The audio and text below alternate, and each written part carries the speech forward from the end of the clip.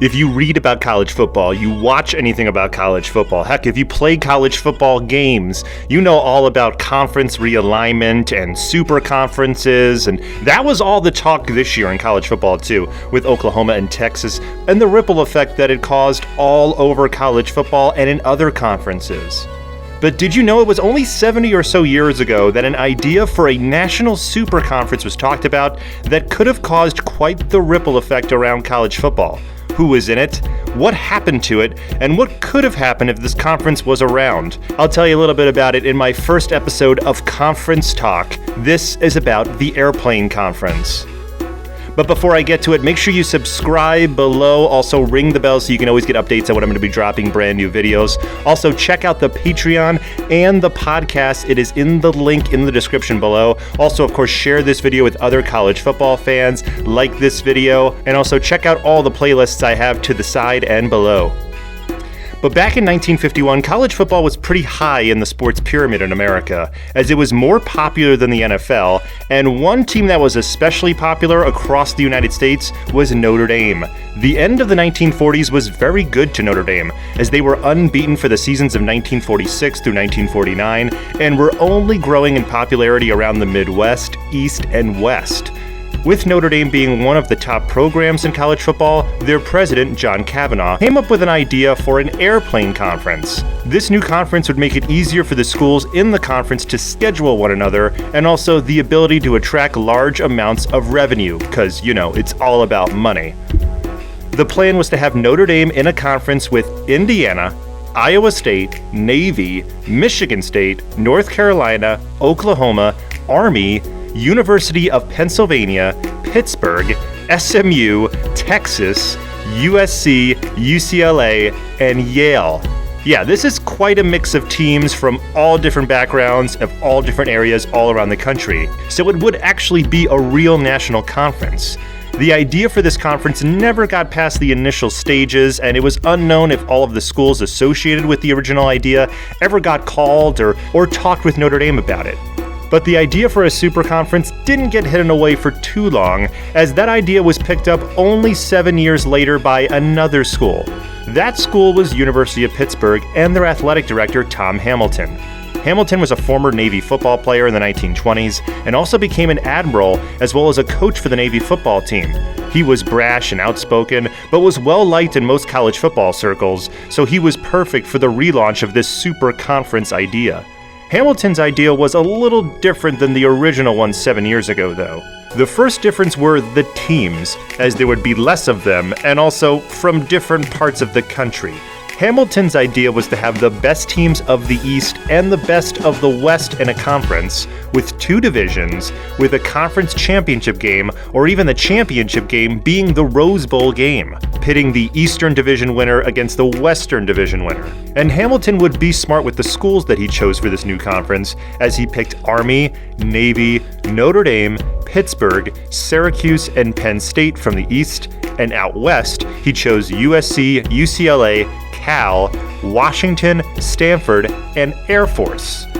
The choice of these schools might seem weird, but in 1957-1958, it all made sense, as all the Eastern teams were independent, thus they had no conference tie-in. Meanwhile, in the West, it was a little different, as USC, Cal, Washington, UCLA, and Stanford were all a part of the PCC, or the Pacific Coast Conference, which at the tail end of the 1950s was crumbling down due to many pay-for-play scandals and other infractions. So since the PCC was crumbling down, it allowed those 5 PCC schools that I mentioned to look elsewhere for their future conferences or just stay independent. Meanwhile, the reason for picking Army, Navy, and Air Force was mostly for cosmetics, as it made the conference look better on a national stage. Also, most of those service academies were branching out in the 1950s and playing other schools instead of staying in their general area, so this would also help out the service academies schedule-wise. And Hamilton didn't wait long to start planning this out, as he met with other athletic directors and other representatives from colleges throughout the 1958-1959 seasons, and would have a big meeting set for Cincinnati during the after-season NCAA meetings. Now, this big meeting was also going to be a big secret meeting, because it was happening in a hotel meeting room in Cincinnati. A Sports Illustrated article in February 1959 would finally shed some light on this meeting and what was discussed, but 11 out of the 12 schools that I mentioned before would be present at this meeting, with only Stanford not present, as their athletic director was skeptical after the Pacific Coast Conference downfall and said of the meeting, "We'll be most interested in reading what you fellows write about it."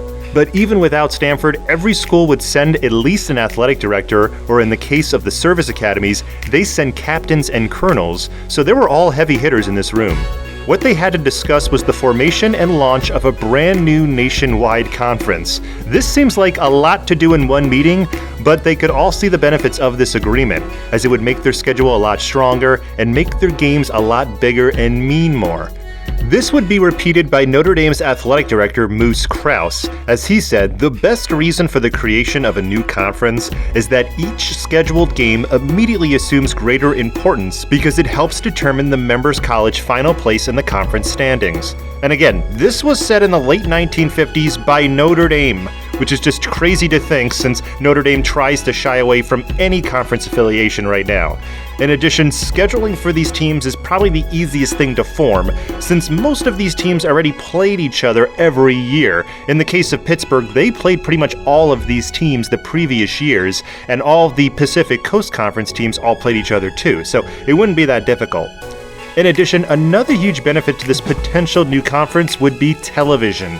Television packages for conferences are well known to fans now, but back in the day they were brand new, and no one could see the benefit of it. This conference would have many huge TV markets, like New York City, Baltimore, Seattle, Los Angeles, but it was pretty hard to quantify just how much money this conference could make, as TV was still a pretty new medium and not everyone had a television yet.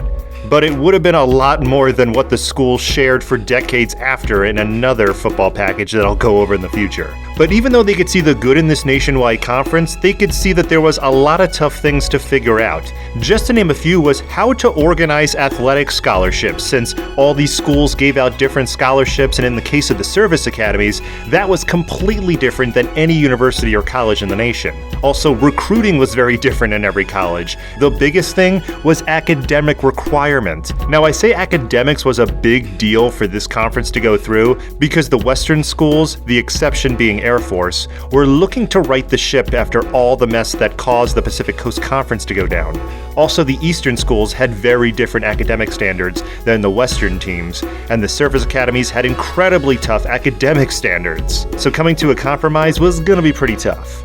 Even though there were a lot of hurdles to jump, the meeting between the 11 schools went pretty well, and most of the schools thought that they could get all the things figured out and get this conference starting by the mid-1960s. But since this conference never started playing, obviously everything didn't get ironed out, and actually nothing got figured out, as this conference would make headlines over the next few months, but it could never get formed. Discussions would happen for the next year or two until about 1959, when Tom Hamilton would leave Pittsburgh to become the group that was heading up the new American Association of Western Universities, which is now called the Pac-12. So due to him heading up the new Western Conference, the idea for the Airplane Conference went by the wayside. Also, due to the fact that 5 out of the 6 Western schools in the initial Airplane Conference went on to be added into the AAWU. And even though Tom Hamilton would leave his school and form a new conference, this Airplane Super Conference wasn't that close to being a real thing, as the academic standards and eligibility standards got in the way. Naval Academy rep Captain Slade Cutter, which is an awesome name, would say about it, all of the colleges involved, however, have high academic requirements, and it is not impossible to develop a comfortable framework for the conference as a whole, but it would be pretty tough. Plus, like I mentioned before, Eastern and Western schools had different restrictions, as did the service academies, so it would take years for the schools to agree on changes and implement it, and no school could come up with a good compromise. And that would officially shelve this whole super conference idea for years to come. So what would have happened if the Airplane Conference started in the 1960s? Well, the eastern part of the conference would have Army, Navy, Notre Dame, Pittsburgh, Syracuse, and Penn State. Navy would go on to have 2 Heisman winners in the 1960s, in Joe Bellino and Roger Staubach, and would go on to play in the Orange and Cotton Bowls, while being ranked in the top 5 in both 1960 and 1964. Meanwhile, their main rival, Army, would go through some troubles as their greatest coach, Earl Blake, would leave the academy in 1958, and Army would also have a cheating scandal which hurt them for the next few years. The scandal and the fact that recruitment and standards changed at Army only put them at a disadvantage for decades to come, and we're still kind of seeing that. Syracuse, though, was probably the best out of all of the Eastern schools at this point, as they won the 1959 national title and had the Heisman winner that year too. Along with that, the 1960s were pretty good to Syracuse, as they were yearly ranked and often invited to bowl games. Notre Dame, meanwhile, in the 1960s were going through some trials and tribulations, as they first had Joe Kaharick as their head coach in the early 1960s, and he never did better than 5-5. But in 1964, they would eventually hire Ara Parsegan, who would bring them back to national prominence as they won a share of the national title in 1966 and would win again in the 1970s. A school that might have seemed weird to be in this conference then was Penn State, and they would actually be pretty good in the 1960s, as they went to 4 bowl games in a row from 1959 to 1962, and also had winning records throughout the 1960s. The final school out of the East, and the school that thought of this whole idea, was Pittsburgh.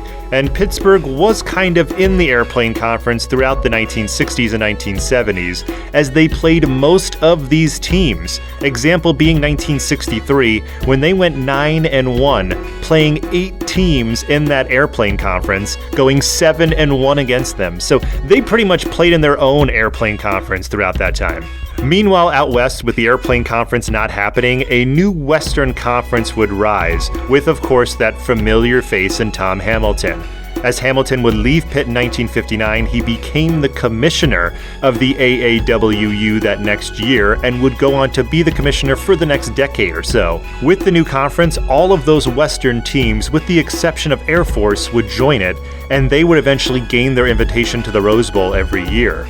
Air Force, meanwhile, was just starting their program as they started playing football in 1956 and went to the Cotton Bowl 2 years later after a 9-0-2 season, and have been pretty good ever since, but we'll never know if Air Force could have competed so early in their football program against USC, UCLA, Cal, Stanford, Washington, and all those other Eastern schools. But looking back in time, if I have to cherry pick one year, I'll say 1967 probably would have been the height of this airplane conference if it would have been around. I say that because there were so many good teams in the 1967 season that were from this conference.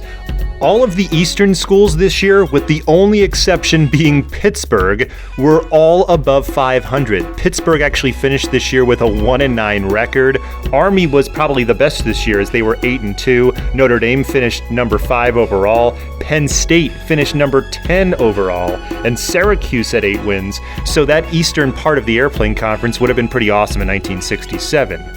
Meanwhile, out west, it would have been really awesome, since in the 1967 season, USC had the Heisman Trophy winner, and UCLA also had a future Heisman Trophy winner, and they had one of the greatest games ever in 1967. To go along with that, only one team out west, that being Air Force, finished with a record under 500. So this conference could have had potentially 10 teams with a record of 5-5 or better, and they also would have had 3 teams ranked in the top 10. But we'll never know what could have been with this national conference, the airplane conference, how it could have been on television, how academics could have worked, how the conference championship game would have worked, how anything would have worked, really. I guess if you have a college football game and you have a newer one that allows you to rearrange teams into different conferences, you can put this one together and simulate and see what would have happened. And maybe if you do, post it in the comments below, because I kind of want to see it, as I don't have my NCAA video game anymore.